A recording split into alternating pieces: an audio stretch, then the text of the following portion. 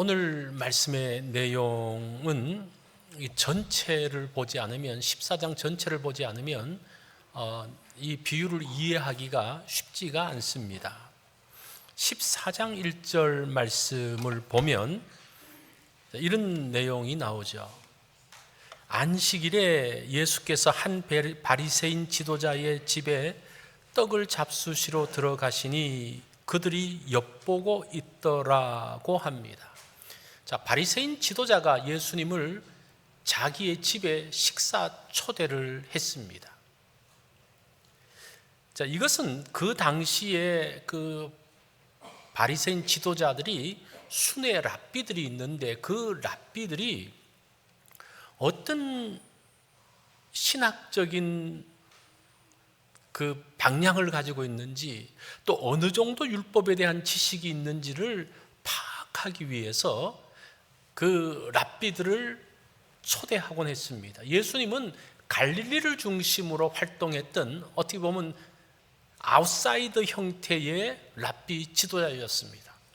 그래서 한참 예수에 대해서 이야기하니까 그 사람이 도대체 어떤 성향을 가지고 있는지를 알기 위해서 바리새인 지도자가 초대를 합니다. 자, 그곳에서 이야기를 하는데 그 주제가 잔치에 대한 내용들입니다. 7절로 11절 말씀을 보면 잔치에 가서 상석에 앉지 말아라, 이제 그런 말씀이 나오죠. 그 다음에 12절부터 14절까지 보면 잔치를 베풀 때에 차라리 가난하고 몸 불편한 사람들, 맹인들을 초대해라 라는 그 잔치에 대한 주제를 가지고 이야기를 합니다. 자, 그런 이야기가 오고 갈 때에 음식 자리에 참여했던 한 사람이 갑자기 이런 이야기를 합니다. 15절이에요. 함께 먹는 사람 중 하나가 이 말을 듣고 이르되 무릇 하나님 나라에서 떡을 먹는 자는 복되도다. 이 뜬금없이 이런 말을 하는데 이게 도대체 무슨 내용인가? 이것은 종말의 메시아 잔치에 대한 이야기입니다. 메시아 잔치가 열릴 때인데 우리 바리새인들은 그곳에 그 하나님 나라의 잔치에서 들어가서 함께 떡을 먹을 것이다 라는 말씀을 하고 있습니다. 그 유대인들은 메시아 잔치에 대해서 이렇게 이야기를 합니다. 종말의 때에 있을 메시아 잔치의 고기는 바닥 괴물 리바이던, 욥기에서는 리워야단으로 나오거든요. 바다의 괴물 리바이던과 땅의 괴물 베헤못을 잡아서 잔치상에 고기로 올린다라는 그런 내용들이 있습니다. 이것은 메시아의 오심으로 인해서 모든 사탄과 악의 세력과 자신들을 괴롭히는 모든 자들을 사로잡고 승리하는 완벽한 승리의 모습을 보여줄 때에 그때가 바로 메시아의 잔치가 열릴 때라는 겁니다. 그래서 사실 메시아 잔치라는 것은 맛있는 음식을 먹는 게 아니에요. 중요한 포인트는 무엇인가 하니 그 모든 악의 세력들, 자신들을 괴롭혔던, 이스라엘을 괴롭혔던 것들, 그 모든 죄와 악의 그 모든 것들을 다 물리치고 메시아가 오셔서 궁극적으로 승리하는 그 승리의 잔치에 초점이 있습니다. 그래서 그곳에 잔치의 음식들이 괴물들이 올라오는 거예요. 메시아 잔치라는 그 개념에서의 그 부분들은 하나님의 승리, 이스라엘의 승리에 대한 것들을 말해주고 있습니다. 그러면서 이 사람들은 그 잔치에 부정한 사람들은 오지 못할 것이다. 다리 저는 자라든지 몸 불편한 자라든지 맹인들은 오지 못할 것이다. 뿐만 아니라 이방인들도 참여하지 못할 것이다 라고 말합니다. 이 메시아 잔치를 좀 더 자세하게 보면요, 정말 끔찍한 이야기들이 나와요. 메시아 잔치에 대한 이야기를 하니까 예수님께서 그 말씀을 들으시고 예수님은 누가 메시아의 잔치에 참여할 것인가? 그 예수님의 방식으로는 하나님 나라의 잔치에 참여한 사람이 누구인가에 대한 것들을 오늘 비유를 통해서 말씀을 해주고 있습니다. 이것이 오늘 비유가 나오게 되어진 배경입니다. 자, 여기까지 여러분들이 아직 이렇게 좀 혼돈이 있더라도 한번 잘 들어보십시오. 자, 16절로 17절의 내용을 보면요, 그 잔치 비유가 나옵니다. 어떤 사람이 큰 잔치를 베풀고 많은 사람을 청하였더니 잔치할 시각에 그 청하였던 자들에게 종을 보내어 이르되 오소서 모든 것이 준비되었나이다 하매. 그 유대인의 잔치를 보면요, 먼저 날짜를 정하고 사람들을 초대를 합니다. 미리 예약을 해놓는 거죠. 그리고 초대하고 난 다음에 그 잔치 당일이 됐을 때에 종을 보내서 그 사람들에게 다시 한번 가서 정중하게 초대를 합니다. 음식이 다 준비되었으니까 오십시오라고 초대를 합니다. 그리고 밤에 잔치가 시작됩니다.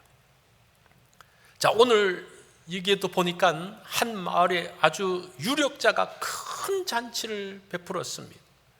사람들을 초대했습니다. 그리고 난 다음에 그 당일날 종을 보내서 그 사람들에게 다시 한번 오늘 잔치가 있다는 것을 상기시켜주고 있습니다. 근데 여기서 종이 아주 특별한 단어로 쓰고 있어요. 이 종이라는 것은 3인칭 단수, 정관사가 붙은 3인칭 단수예요. 이 말은 무슨 말인가 하니 그 집에서 아주 특별한 종, 그러니까 수석종 뭐 이런 말이에요.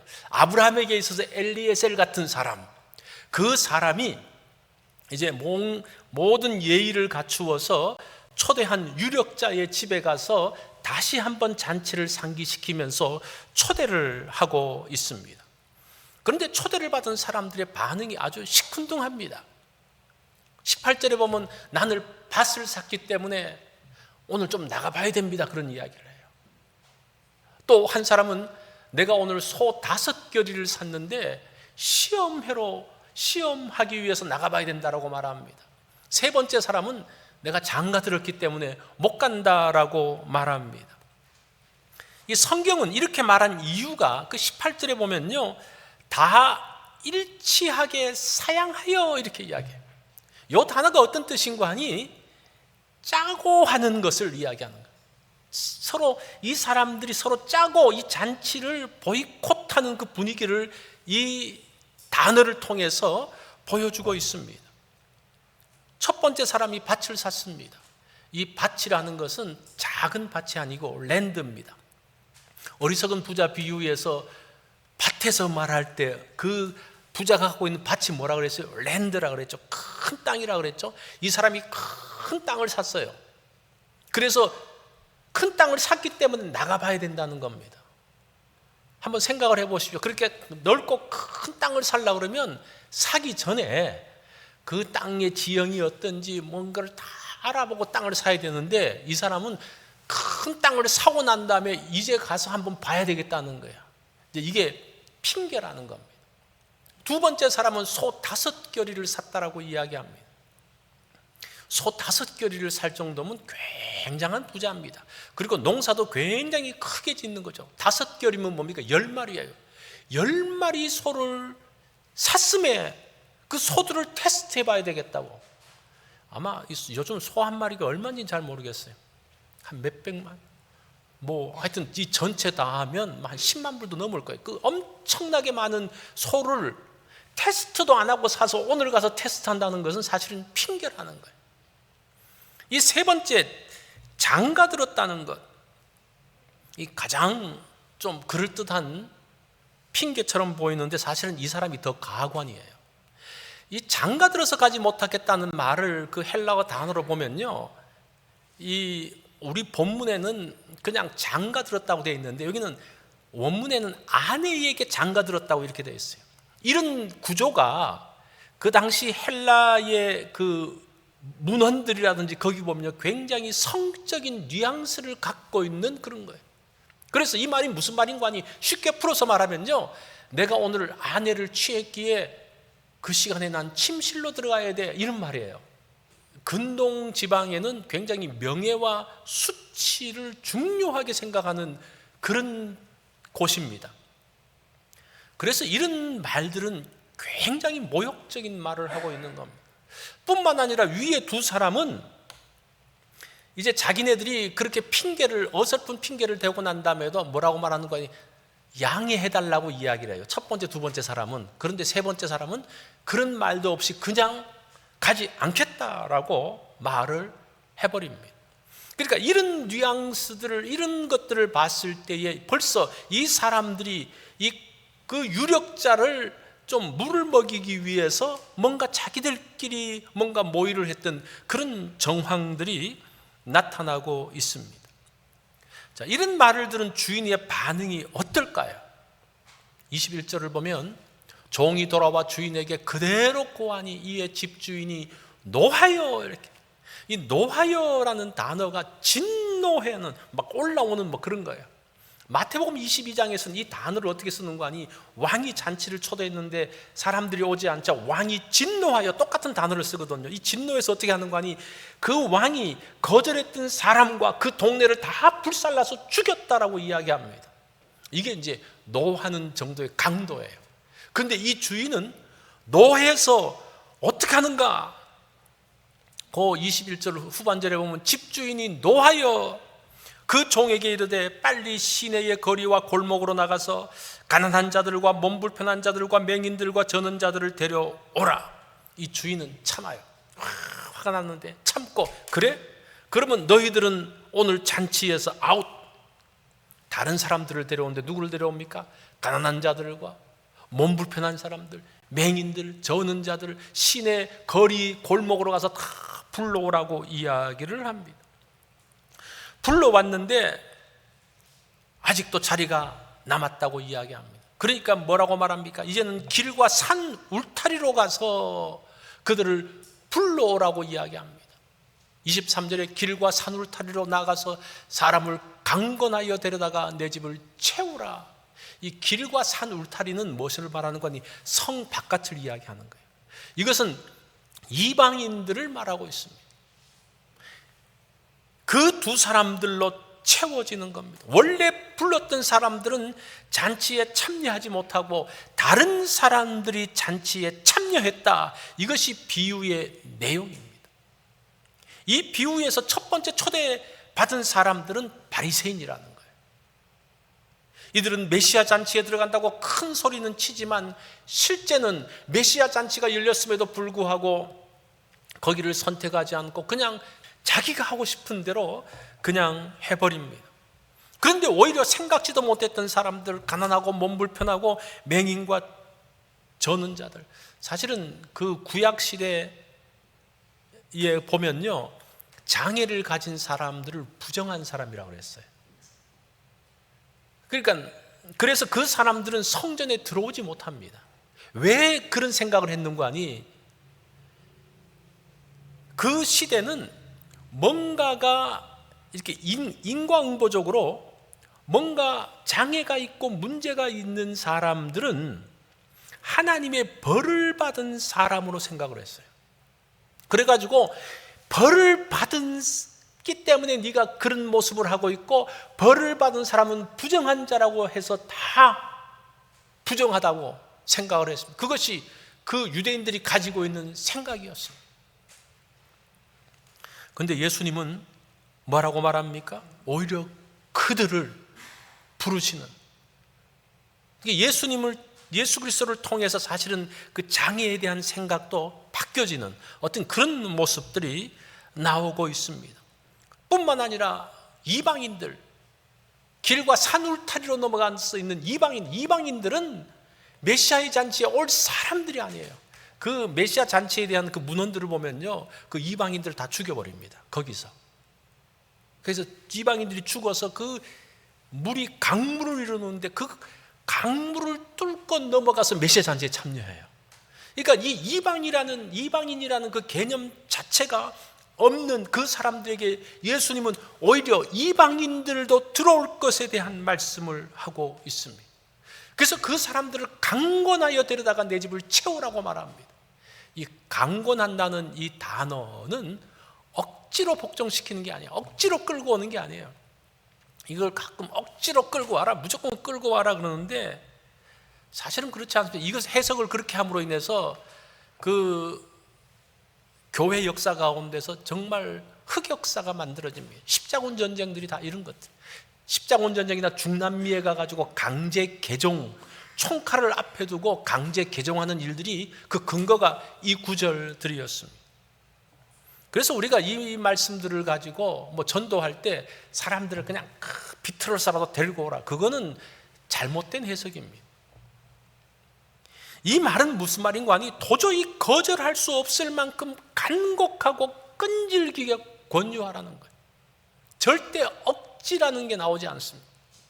성 밖의 사람들은 사실은 최하민의 사람들입니다. 우리가 상징적으로는 이방인들이지만 그 당시에 성 밖의 사람들은 하층민들이 살았어요. 최하층민들이 살았습니다. 사실은 그 한센병들, 나병 환자들도 성 밖에 있었던 사람들입니다. 그런 사람들에게 마을의 유력자의 잔치에 참여하라고 그러니까 믿을 수가 없는 거예요. 그리고 이렇게 정말 신분이 낮은 사람, 또 옷차림도 정말 더럽고 그런 사람들이 그 잔치에 갔다가 무슨 봉변을 당할지 모르는 거예요. 그래서 안 간다 그러는 거예요. 일반적으로는 갈 수 없다는 거예요. 안 가겠다는 거예요. 그럴 때 설득해서 그게 강권하는 거예요. 우리 주인은 절대 그런 분이 아니다.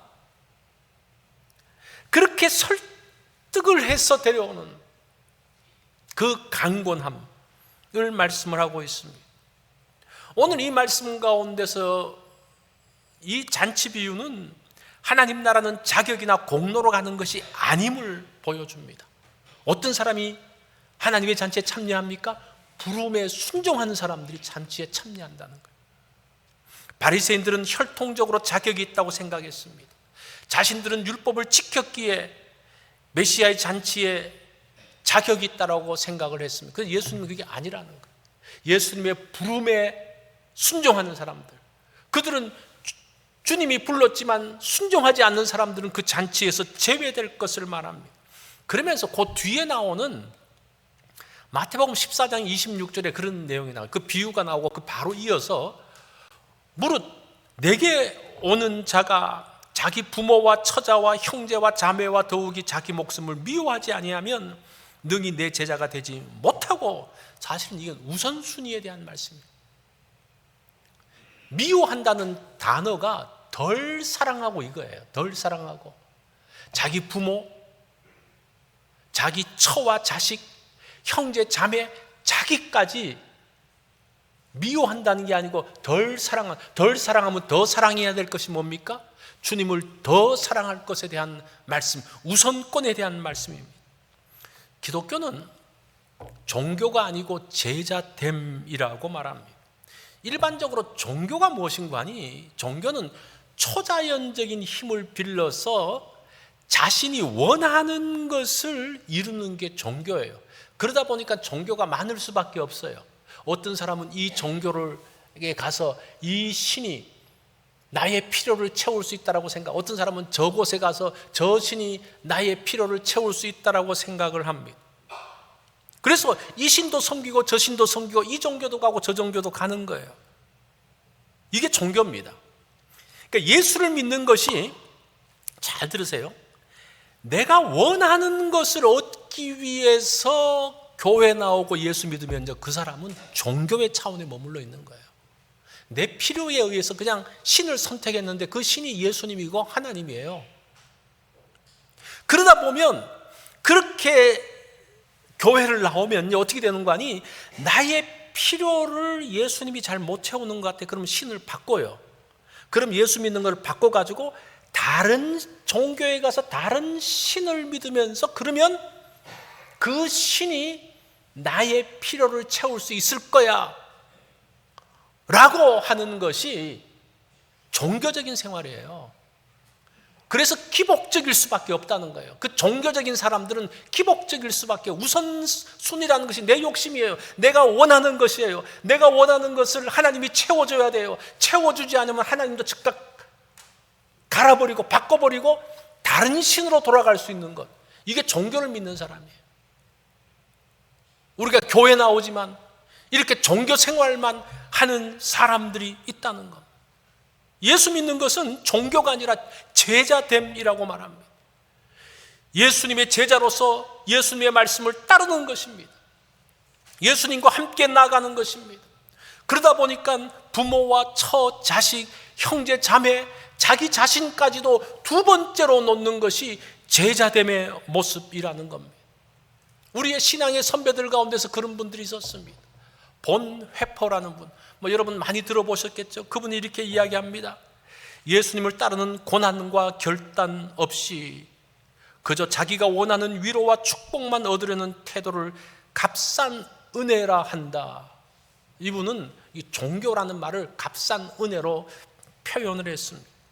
기독교를 그저 인간의 필요를 채워주는 정도의 종교로 전락시키는 것, 그것은 예수 믿는 게 아니고 그냥 하나의 종교를 믿는 것이라고 이야기합니다. 달라스 윌라드라는 분은 이렇게 말합니다. 많은 사람들이 기독교를 단지 죽어서 천국 가기 위해서, 이 땅에서 문제 해결을 받기 위한 보험 정도로 여긴다. 이게 종교 생활을 하는 사람의 모습이라는 겁니다. 물론 우리가 죽고 난 다음에 천국 가요. 그건 결과적인 부분이에요. 그 결과가 과정이 되어지고 목적이 되어지고 결과가 되어지면요, 거기에만 집착하면 그 사람은 예수 믿는 게 아니고 그냥 종교 생활하는 거라는 거예요. 내가 천국 티켓을 얻기 위해서 그냥 나온 거예요. 그런데 더 좋은 천국이 있는 것 같으면 또 바꿔 탈 수 있다는 거예요. 그 말씀, 지금 이런 것들이 그 메시아의 잔치, 예수님의 잔치 비유를 통해서 그 내용들을 보면 결국 그 지금 우리의 신앙의 선배들이 했던 그 말씀들이 이 비유와 연결되고 있는 것을 볼 수가 있습니다. 자, 그러면서 그 비유의 결론이 뭡니까? 24절이에요. 다 같이 한번 읽어볼까요? 시작. 내가 너희에게 말하노니 전에 청하였던 그 사람들은 하나도 내 잔치를 맛보지 못하리라 하였다 하시니라. 예수님은 그 잔치를 내 잔치라 그래요. 너희들이 생각하는 메시아 잔치, 그게 내 잔치야, 이렇게 이야기해요. 내 잔치, 메시아의 잔치는 어떤 자격이나 어떤 공로로 들어가는 것이 아니라고 말합니다. 유대인들이 그렇게 사모하는 메시아 잔치가 너희들은 종말에 온다고 생각했는데 이미 시작되었다라고 이야기합니다. 예수님의 오심으로 시작되었습니다. 그러나 아직은 완전히 이루어지지 않았다. 이 하나님 나라의 비밀이 이거예요. 이미와 아직 사이. already not yet, 아마 이런 말들은 많이 들어봤어요. 이미 시작됐어요. 예수님의 오심으로 해서 하나님의 나라가 시작되어졌어요. 하나님 나라의 잔치가 시작되어졌어요. 예수님께서 그래서 죄인들과 창기들과 세리들을 초대하고 있습니다.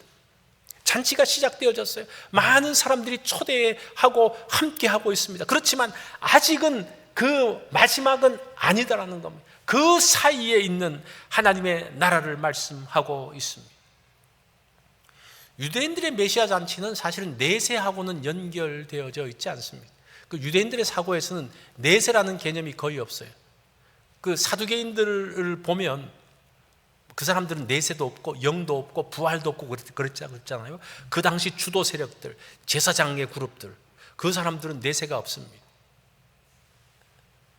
이 땅에서 이루어질 다윗 시대의 승리, 풍성함 정도를 메시아 잔치로 생각을 했습니다. 그리고 그날 이후, 승리 이후에는 더 이상 고통과 눈물이 없다는 그 정도가 메시아 잔치, 그들이 가지고 있는 개념입니다.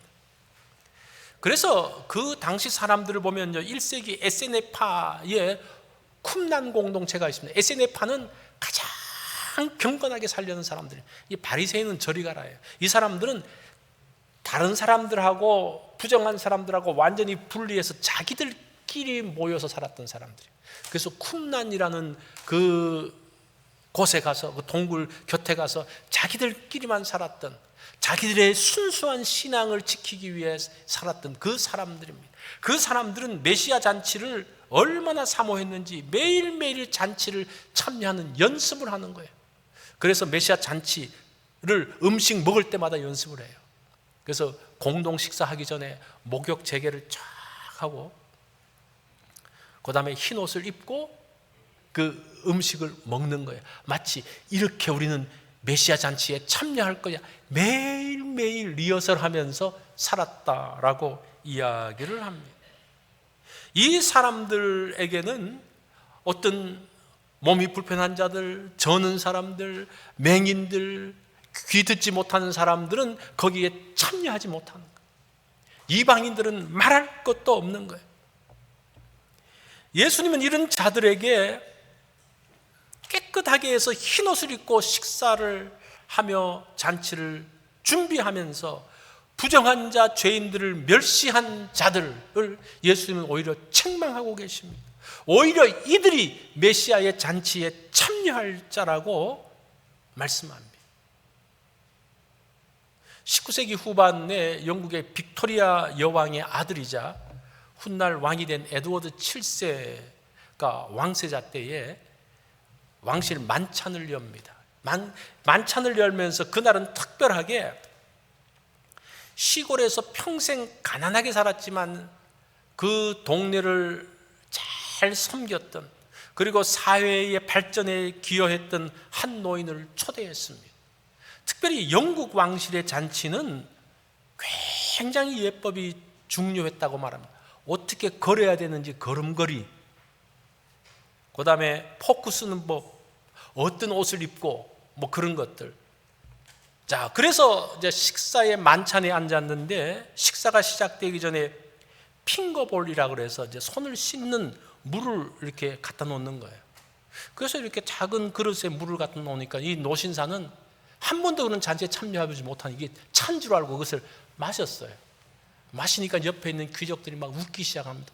저렇게 천박한 사람이 와가지고 예법도 모르고 저거를 손실한 물을 마시고 그러면서 웅성웅성거리기 시작을 합니다. 그때 상석에 앉아있던 에드워드 7세가 그 모습을 보고 자기도 그 핑거볼 물을 마신 거예요. 그러니까 모든 귀족들도 이제 왕세자가 그렇게 하니까 다 따라서 이제 마시게 되었습니다. 사람이 만든 예식이 이 잔치에서 중요한 게 아니에요. 누가 중요합니까? 왕의 말과 행동이 잔치의 기준이 되어지는 거예요. 황세자는 노신자의 행동을 자신의 그 파격적인 행동으로 덮어주고 그가 잔치에서 얼마나 중요한 사람인지를 인정해 줍니다. 왕이신 예수 그리스도의 인정이 사실은 메시아 잔치의 기준이 되어지는 거예요. 많은 사람들이, 바리새인들이 자기들은 어떻게 하고 SNF파들이 그 잔치를 위해서 어떻게 준비하고 있지만 그게 중요한 것이 아니라 메시아이신 예수 그리스도가 어떻게 기준을 정하고 누구를 부르느냐, 그것이 기준이라고 말합니다. 이게 사실은 신앙생활이고 이게 하나님 나라에 들어가는 기준이라는 거예요. 그래서 예수님의 제자됨이 중요한 거예요. 기독교는 종교가 아니라고 그랬습니다. 자격 없는 나를 위해서 왕의 위엄을 버리시고 성육신하신, 성육신이 얼마나 중요한지 말씀드렸죠. 성육신하신, 그래서 이 땅에 오신 주님의 은혜에 감사하는, 이미 얻은 은혜에 대해서 감사하는 거예요. 우리가 어떤 새로운 것들을 채우기 위해서 예수님을 따르는 것이 아니라 이미 예수님께서 하신, 우리들을 향해서 하신 그 은혜에 감사해서 주님을 따라가는, 그것이 신앙생활이라는 겁니다. 내 삶의 우선순위가 주님을 따르는 제자의 삶, 그것이 하나님 나라의 잔치에 참여하는 구원받은 백성의 모습이라는 거예요. 그것이 오늘 잔치 비유를 통해서 우리에게 주시는 말씀입니다. 그래서 그들은, 많은 사람들은 메시아 잔치를 기다렸습니다. 마치 우리가 천국을 사모하고 기다리는 것처럼 어찌 보면 그들은 더 사모하며 기다렸는지 모릅니다. 그런데 거기에서 예수님께서 뭐라고 말씀하십니까? 가장 중요한 게 뭐라고 말씀하십니까? 그것은 결과론적이고 너희가 지금 이 땅에서 그 자리에 들어가기 위해서 어떤 모습들을 해야 되는지를 말씀합니다. 그것이 예수님의 제자됨, 주님의 말씀을 기억하고 주님의 말씀을 따라가는 것이라는 겁니다. 우리 모든 성도님들, 우리의 신앙생활이 뭡니까? 신앙생활은 종교생활을 하는 것이 아니라 주님을 따르는 것입니다. 주님을 따르는 우리 성도들이 되어지기를 바랍니다.